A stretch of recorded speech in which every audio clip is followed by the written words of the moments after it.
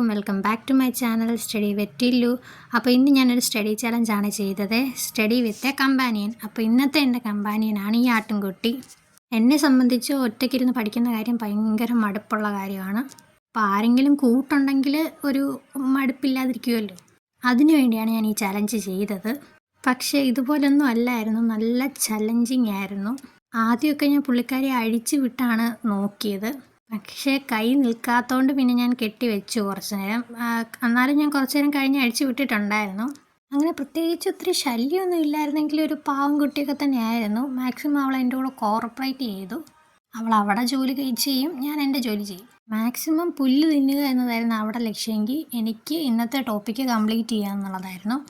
ഏതായാലും വലിയ മഴ വരുന്നതിന് മുന്നേ ഞങ്ങൾ രണ്ടുപേരും ഞങ്ങളുടെ ചലഞ്ച് കംപ്ലീറ്റ് ചെയ്തിട്ടുണ്ട്. ഇങ്ങനൊരു ചലഞ്ച് ചെയ്യണമെന്ന് ആഗ്രഹം വന്നപ്പോൾ ചെയ്തതേ ഉള്ളൂ. ഇതെങ്ങനെ ചെയ്യണം, എങ്ങനെ തുടങ്ങണം, എങ്ങനെ ഇത് അവസാനിക്കുമെന്നൊന്നും എനിക്കൊരു പിടുത്തം ഇല്ലായിരുന്നു. പിന്നെ ആ ഒരു ഫ്ലോയിൽ അങ്ങ് കംപ്ലീറ്റ് ചെയ്തതാണ്. പക്ഷെ ഒരു കാര്യം ഉറപ്പാണ്, എനിക്ക് മടുപ്പ് തോന്നിയതേ ഇല്ല. ഫുള്ള് കംപ്ലീറ്റ് ആക്കുന്നിടം വരെയും ഒരു ബോറടിയും ഫീൽ ചെയ്തില്ല. ഇടയ്ക്കൊന്ന് ക്ഷീണിക്കുമ്പം ഇവളെ കാണുമ്പോൾ പിന്നെ നമുക്കൊരു എനർജി വരും. അപ്പോൾ ആദ്യം തന്നെ ഞാൻ എൻ്റെ ഇന്നലത്തെ ടോപ്പിക്കിലെ എല്ലാം റിവൈസ് ചെയ്തു. ഇതിനു മുന്നേ നമ്മൾ 2 ടോപ്പിക്കായിരുന്നു കവർ ചെയ്തിട്ടുണ്ടായിരുന്നത്. അത് രണ്ടുമേ വായിച്ച് റിവൈസ് ചെയ്തിട്ടാണ് ഞാൻ 3ാമത്തെ ടോപ്പിക്കിലോട്ട് കടന്നത്. പിന്നെ ഇതൊരു സ്റ്റഡി ചലഞ്ചായിട്ട് ചെയ്തതുകൊണ്ട് തന്നെ കുറച്ചധികം സമയം എടുത്തിട്ടുണ്ടായിരുന്നു. അപ്പോൾ ഇന്നത്തെ ടോപ്പിക്ക് കേരളത്തിലെ സാമൂഹിക പരിഷ്കർത്താക്കളെക്കുറിച്ചൊക്കെ ആയിരുന്നു. അതും നല്ല ലെങ്തി ആയിട്ടുള്ളൊരു ടോപ്പിക്ക് തന്നെയായിരുന്നു. പിന്നെ അതിലെ മിക്ക ഫാക്ട്സ് ഞാൻ മുൻപ് കേട്ടിട്ടുള്ള കഥകളൊക്കെ തന്നെയായിരുന്നു. അതൊക്കെ ഒന്നുകൂടി ഇരുന്ന് വായിച്ച് അതിൽ നിന്നൊരു നോട്ട് പ്രിപ്പയർ ആക്കുമായിരുന്നു ചെയ്തിരുന്നത്. കുറേ അധികം ലഹളകളെക്കുറിച്ചും സമരങ്ങളെക്കുറിച്ചും പിന്നെ മെമ്മോറിയൽസ് അതൊക്കെയായിരുന്നു നോക്കാനുണ്ടായിരുന്നത്. ഒരെണ്ണത്തെക്കുറിച്ച് നോക്കിയിട്ട് അടുത്തതിലേക്ക് കയറുമ്പോഴത്തേക്ക് നേരത്തെ എന്താണോ നോക്കിയത് അതങ്ങ് മറന്നു പോകും. ഇതിനെല്ലാം തമ്മിൽ കോമൺ ആയിട്ട് ലിങ്ക് ചെയ്യുന്നതായിട്ടൊന്നും ഇല്ലായിരുന്നു. എല്ലാം തന്നെ ഡിഫറെൻറ്റ് ടോപ്പിക്സ് ആയിരുന്നു. പിന്നെ എനിക്ക് തോന്നുന്നു ഹിസ്റ്ററിയുടെ ഒരു കുഴപ്പം എന്താണെന്ന് വെച്ചാൽ കുറേ പഠിച്ചാലും കുറച്ചേ ഓർമ്മ കാണത്തുള്ളൂ. ഈ ഡേറ്റ്സും ഒക്കെ മെമ്മറൈസ് ചെയ്യാൻ എനിക്ക് പാടായിരുന്നു. അപ്പം ഞാനൊരു ചിറ്റ് ഷീറ്റ് പോലെ ഉണ്ടാക്കും, ഡേറ്റ്സും പിന്നെ അതിൻ്റെ പോയിൻറ്റ്സും മാത്രം എഴുതി വെച്ചിട്ട് അതിങ്ങനെ ഇടയ്ക്കിടയ്ക്ക് എടുത്ത് നോക്കുമ്പോഴത്തേക്ക് നമുക്ക് ഓർമ്മ വരുമായിരിക്കും. അവളാണെങ്കിൽ ഇടയ്ക്കിടയ്ക്ക് വന്ന് എത്തി നോക്കുന്നുണ്ടായിരുന്നു ഞാൻ എന്താ ചെയ്യുന്നതെന്നൊക്കെ. എന്നിട്ട് അതേപോലെ പോയി പുല്ലും തിന്നു. ആദ്യത്തെ 1-2 മണിക്കൂറിൻ്റെ സെക്ഷൻ ഞാൻ ഫോൺ തൊട്ടിട്ടേ ഇല്ല.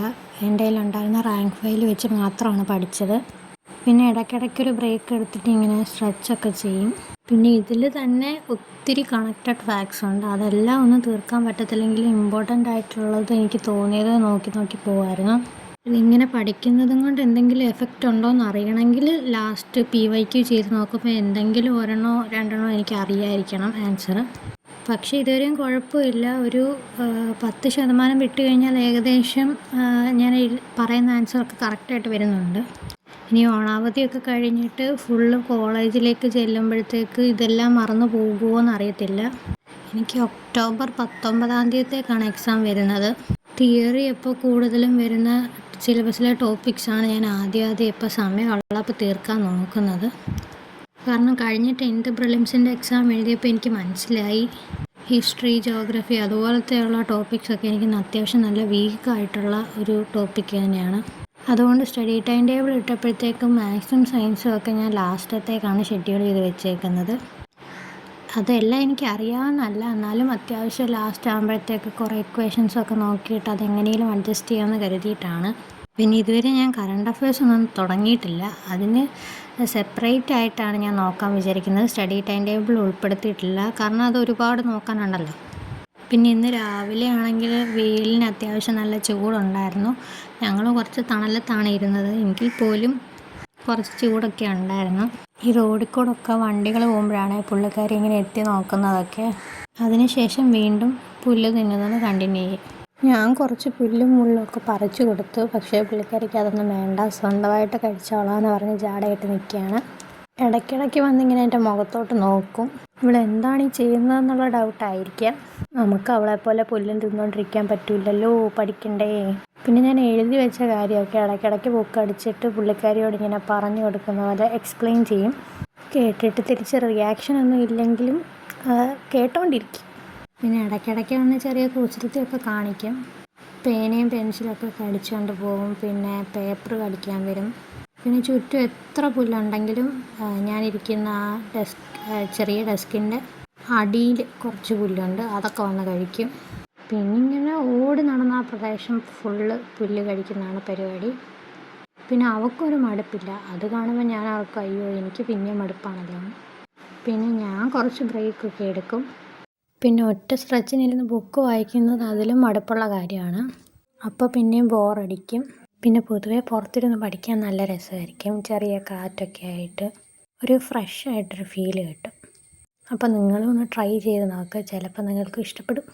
പിന്നെ ഇടയ്ക്കിടയ്ക്ക് പുല്ല് കഴിച്ചുകൊണ്ടിരിക്കുന്നതിനിടയ്ക്ക് അവൾ ഗാഢമായി ചിന്തയിലൊക്കെ പോകും. അപ്പോൾ ഇങ്ങനെ എന്തൊക്കെയോ ആലോചിച്ചിങ്ങനെ നിൽക്കുന്നത് കാണാം. പിന്നെയും കോൺസെൻട്രേഷൻ വിട്ടൊരു കളിയില്ല, പിന്നെയും പുല്ല് കഴിക്കാൻ പോകും. നോക്ക് കള്ളി കണ്ട പെൻസിലും കൊണ്ട് പോകുന്നത്. ഞാൻ അങ്ങോട്ട് മാറിയ തക്കത്തിന് അതും കൊണ്ട് പോയതാണ്. ഏതായാലും ഞാൻ കണ്ടാണ്ട് സാധനം തിരിച്ച് കിട്ടി. എന്നിട്ടൊന്നും സംഭവിക്കാത്ത പോലെ അതുവഴി കറങ്ങി ഇതുവഴി ഇങ്ങ് വരും. അതുപോലെ ശ്രദ്ധിച്ചില്ലെങ്കിൽ എന്തൊക്കെ കൊണ്ടുപോകുമോ എന്തോ.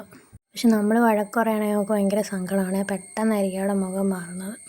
അതുകൊണ്ട് നമ്മളെപ്പോഴും അവളെ ഹാപ്പി ആയിട്ടിരിക്കണം, എന്നാലേ നമുക്കും ഹാപ്പി ആയിട്ടിരിക്കാൻ പറ്റത്തുള്ളൂ. കാരണം ഇപ്പോൾ അവളുടെ കൂടാണല്ലോ നമ്മൾ ചലഞ്ച് ചെയ്യുന്നത്.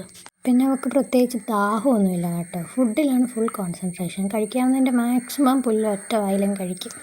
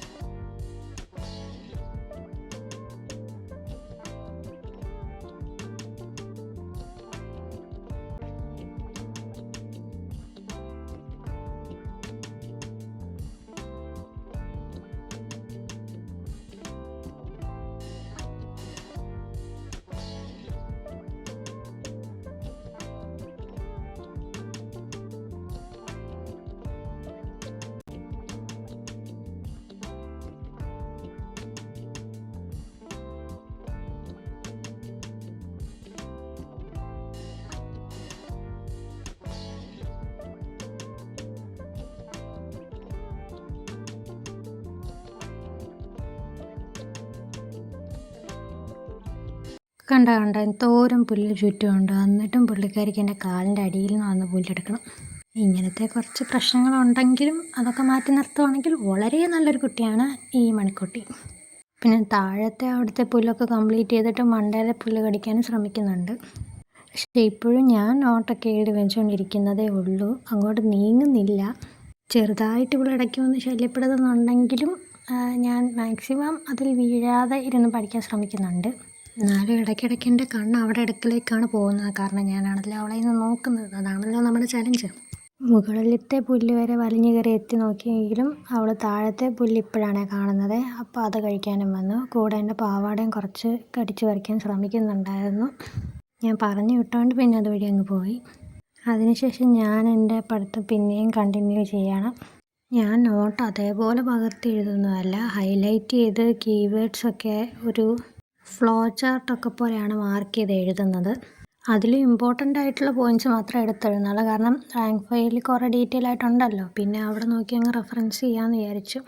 പിന്നെ കുറേ നേരമായിട്ട് ഞാൻ ഒറ്റ സ്ട്രെച്ചിനിരുന്ന് ബുക്ക് നോക്കുവാണല്ലോ. അപ്പം ഞാൻ ഓർത്ത് കുറച്ച് നേരം യൂട്യൂബൊക്കെ നോക്കി അതിലെ ക്ലാസ്സൊക്കെ കേൾക്കാമെന്ന്. അങ്ങനെ ബാക്കിയുള്ള ടോപ്പിക്സ് ക്ലാസ്സും കേട്ടു. അതിനുശേഷം ഞാൻ PYQs നോക്കാമെന്ന് ഓർത്തു. അത് കഴിഞ്ഞ് അതേ ടോപ്പിക്സിൽ നിന്നുള്ള PYQs കൂടെ പ്രാക്ടീസ് ചെയ്തപ്പോഴത്തേക്ക് എൻ്റെ സ്റ്റഡി സെക്ഷൻ ഏകദേശം കംപ്ലീറ്റ് ആയിട്ടുണ്ട്. ഞാൻ വീട്ടിൽ നിന്ന് ചോറൊക്കെ എടുത്തിട്ട് വന്നിട്ടുണ്ടായിരുന്നു. അപ്പോൾ ചോറും കൂടെ കഴിച്ചിട്ട് തിരിച്ച് കയറി പോകാമെന്ന് വിചാരിച്ചു. നമ്മുടെ കമ്പാനിയൻ മാത്രം ഫുഡ് കഴിച്ചാൽ പോരല്ലോ, അപ്പോൾ നമ്മളും കഴിക്കണ്ടേ. പിന്നെ അവിടെ തന്നെ ഇരുന്ന് ചോറ് കഴിച്ചു. ചോറിന് നല്ല പയറ് മെഴുക്കുവരട്ടിയും പുളിശ്ശേരിയും നാരങ്ങാച്ചാറും ഒക്കെ ഉണ്ടായിരുന്നു. അതൊക്കെ കൂട്ടി അവിടെ തന്നെ ഇരുന്ന് ഞാൻ കഴിച്ചു. അപ്പോഴും അവൾ പുല്ലൊന്നും കഴിച്ച് തീർന്നിട്ടില്ലായിരുന്നു. അപ്പോൾ അവൾ പുല്ല് കഴിക്കുന്നു, ഞാൻ ചോറ് കഴിക്കുന്നു. ഏതായാലും അവിടെ നിന്ന് തിരിച്ചു പോരാൻ നേരം ഞങ്ങളുടെ രണ്ടുപേരുടെയും വയറ് നിറഞ്ഞിട്ടുണ്ട്. പിന്നെ കഴിക്കാൻ തുടങ്ങുന്നതിന് മുന്നേ ഞാൻ അവളെ അഴിച്ചു വിട്ടായിരുന്നു. അപ്പോൾ അവൾക്ക് കുറച്ചുകൂടെ സ്ഥലത്തൂടെ പോയി ഇന്ന് പുല്ല് കഴിക്കാമല്ലോ. ആ ഗ്യാപ്പിൽ അവൾ ഓടി നടന്ന് പുല്ലൊക്കെ കഴിച്ച് വയറ് നിറച്ചിട്ടുണ്ടായിരുന്നു. ഏതായാലും ഇത് വളരെ നല്ലൊരു എക്സ്പീരിയൻസ് ആയിരുന്നു. ഞാൻ ഇതുവരെ ഇങ്ങനത്തെ ചലഞ്ച് ചെയ്തിട്ടില്ല, പക്ഷേ എനിക്കിത് ഇഷ്ടപ്പെട്ടു. നിങ്ങൾക്കും ഇതുപോലത്തെ ചലഞ്ചൊക്കെ ട്രൈ ചെയ്ത് നോക്കാവുന്നതാണ്. അപ്പോൾ അങ്ങനെ പറയുകയാണെങ്കിൽ മണിക്കുട്ടി വളരെ നല്ലൊരു കുട്ടിയാണ്, വളരെ പാവം ഒരു കുട്ടിയാണ്. ഇനിയും ഇവളുടെ കൂടെ ഉള്ള ചലഞ്ച് വീഡിയോസൊക്കെ ഞാൻ അപ്ലോഡ് ചെയ്യാം. നിങ്ങൾക്ക് ഇഷ്ടപ്പെടുകയാണെങ്കിൽ നിങ്ങൾ കമൻറ്റ് ചെയ്യൂ കേട്ടോ. അപ്പോൾ മണിക്കുട്ടി ഇഷ്ടപ്പെട്ടാൽ like, share and subscribe. Thanks for watching.